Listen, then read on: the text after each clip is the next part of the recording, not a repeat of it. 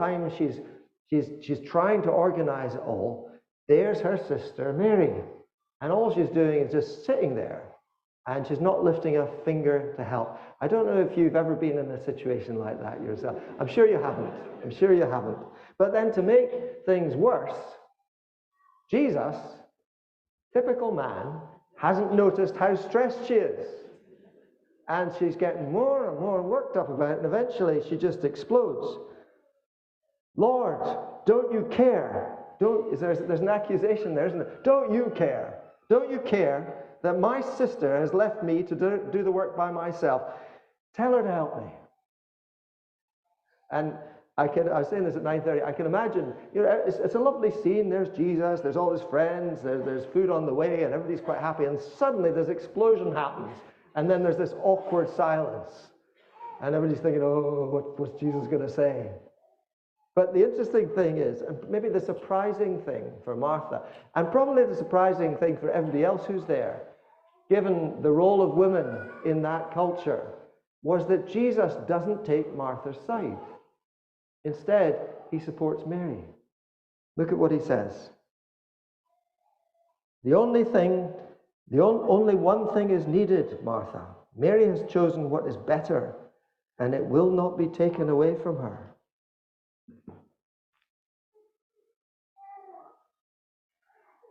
I love this passage for a number of reasons, but one of the reasons is that it brings back strong memories for me.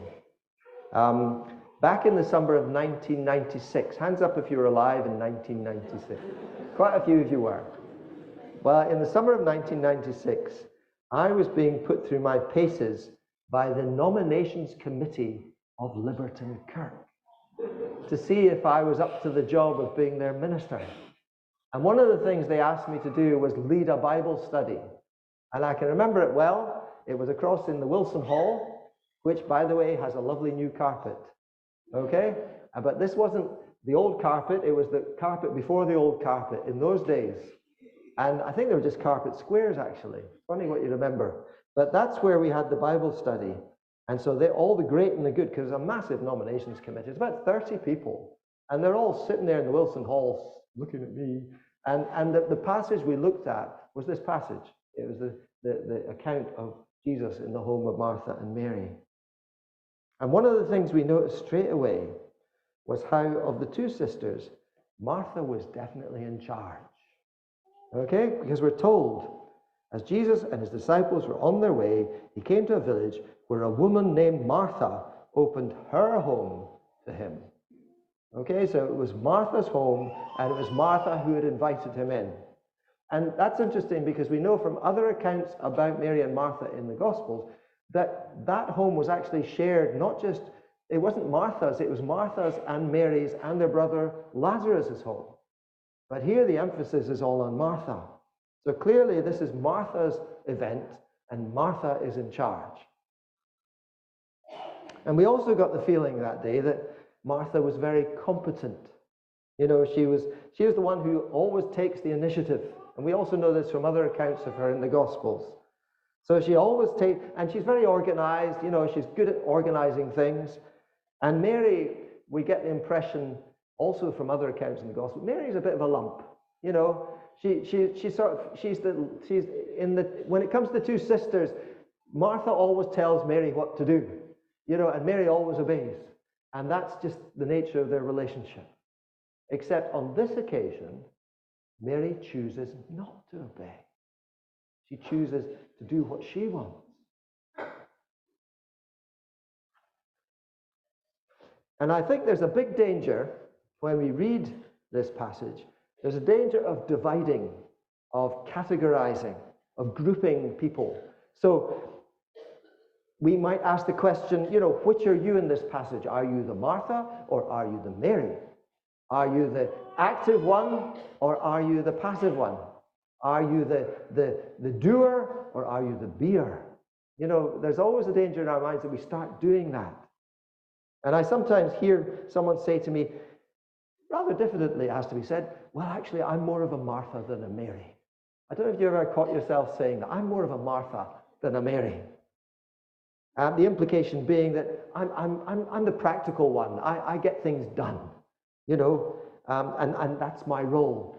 And I was thinking about this last week, and I realized I don't think I've ever heard anyone say the inverse of that. I don't think anyone's ever come to me and said, actually, I'm more of a Mary than a Martha, which is interesting. I think it says something about our culture and how we perceive these two women. Except there is an exception. I tell the people at 9:30 about that. There is an exception to that. I was invited to a seminar at the Faculty of Divinity a couple of weeks back.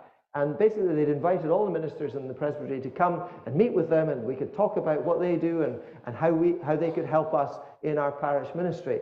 So we were having this big discussion, and one of the ministers there said, it was on the topic of Martha and Mary. He said, you should really do something about this, because my church seems to be full of Marthas, but we don't seem to have many Marys. And the head of department at New College was quick to reply, and she said, that's interesting, because New College is where you find all the Marys. And we all laughed about that. But just thinking about that, reflecting on it, that dichotomy is still there. That idea that Marthas are practical people who get things done, whereas Marys are more intellectuals, they're the thinkers, they're the prayers. And I can remember the minister who raised the topic, he had the final word, because he reminded us gently that our worship of God isn't limited to singing and praying and reading the Bible. That doing something practical is also an act of worship.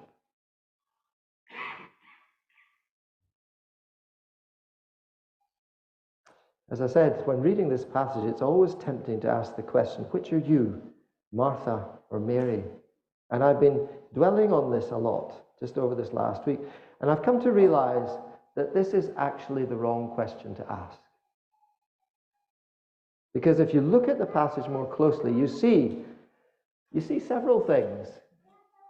The words that jumped out at me when I was reading it were the words listening and distracted. So the passage is not about, are you a Martha or are you a Mary? The passage is about the fact that Mary is listening, but Martha is distracted. So the question we need to be asking ourselves, that the passage quotes, are we allowing ourselves to be distracted? This was a really special occasion for both Martha and Mary. This was Jesus in their home. This was the closest they were ever going to get to him while he was on his way to the cross. This was a real opportunity. But Mary is listening, whereas Martha is allowing herself to be distracted. And so she's missing out. So the passage is not about character or personality or responsibility. It's about priorities.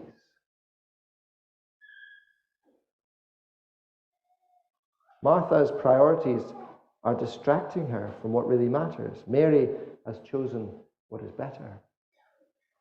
And this, I think, raises a really important question for us all here today, because our church here could not survive without people being practical.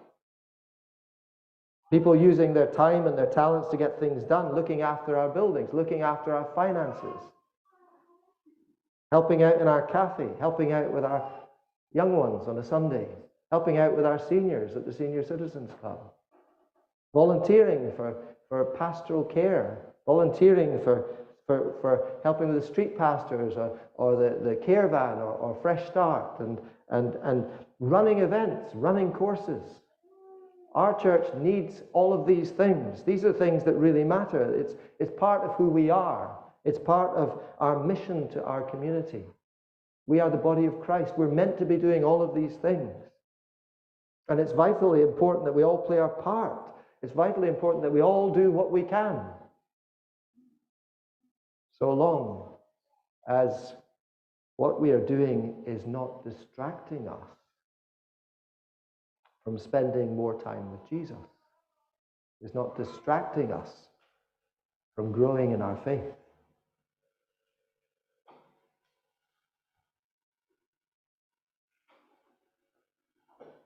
One of the interesting things that I learned when I was a student at New College, I learned one or two things when I was a student at New College, but one of the interesting things I learned was the origins, the etymology of the words religious and secular. You know, where do these words come from?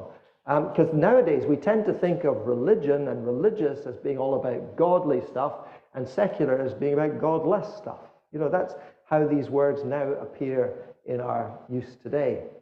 But originally, they were used within the church to distinguish between religious priests and secular priests. And the religious priests were the ones who served within institutions like monasteries and abbeys. So included in that are the monks and the nuns. They were the religious ones. And the secular ones were the ones who were based out in the parish, running the parish churches. Of course, the caricature these days of the person in the monastery is that they're spending all their time praying and worshiping God. But if you watch Cadfile, I don't know if you've watched Cadfile. If you read the history of medieval times and the role of monasteries and abbeys in medieval times, you find that yes, the monks and the nuns, they spent a lot of their time worshiping God and praying, carrying out the daily offices of worship. But they spent even more of their time working in the fields, working in the hospitals, looking after the needy, looking after the poor, going out and preaching the gospel. In fact, that's how Christianity spread in medieval times. It spread through the monasteries sending out missionaries. That's how the gospel ended up in the Western Isles of Scotland. It came over from Ireland. It was brought by a monk. And that's how it spread from the Western Isles down to Lindisfarne. And that's how it spread from Lindisfarne up to Melrose. And that's how it spread from Melrose up to Liberton. It was spread through this ministry where monasteries were centers of mission. And when you think about it, the daily lives of those monks and nuns was a balance. It was a balance of looking upward in worship and prayer, and a balance of looking inward and looking after each other and the members of their church, the members of their community, and a balance of looking outward, serving the needs of their community out there. And it's the same balance we are called to have in our lives today. So back to Martha and Mary. To me, this flags up a real danger. And that danger is of categorizing who we are. Oh, who am I? I'm a Martha. No, I'm a Mary. I'm someone who I'm a beer. I'm a do. All that sort of stuff. And once you've categorized yourself, you get stuck. You don't think you can change. I do not think we are called to be either a Martha or a Mary. I think we're called to be both. Not just being, not just doing, we are called to become. Being a Christian is about becoming. As followers of Jesus, you never stand still. If you stand still, you get left behind. You are following. There's a dynamism in that phrase. As followers of Jesus, you spend your whole life listening to and growing in the faith, growing in the likeness of Christ. You also spend your whole life growing closer to your fellow pilgrims on the journey. You also spend your whole life growing in your usefulness, discovering new gifts and making the most of using them in the service of God. We are not beers, we are not doers, we are becomers. And we have a vision statement here at Liberton Kirk that actually implies that we are to spend our lives facing in three directions, a bit like those monks of old, facing upwards, facing inwards, and facing outward. Listen to these words. They're on the front of your notice sheet. Our aim is to draw closer to God. That's the upward bit. And to each other. That's the inward bit. So, that through us, he can make known to all people the joys and challenges of following Jesus.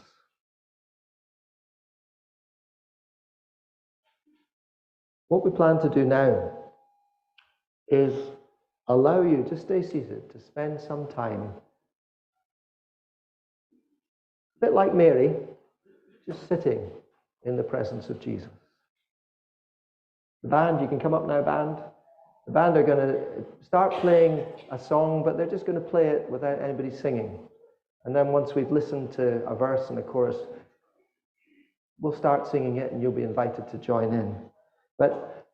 And we're going to run a couple of songs together as well, but just stay seated for all of them. Because this is our time to sit in the presence of Jesus. And maybe a couple of questions you could be asking yourself or thinking about as you listen to the music are questions like this.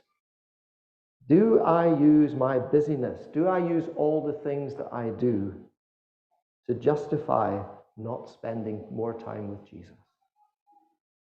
That's the first question. It's quite a challenging question. And the second one, what am I doing more of or less of? Or what could I do more of or less of that could redress the balance? So this is a time just between you and Jesus.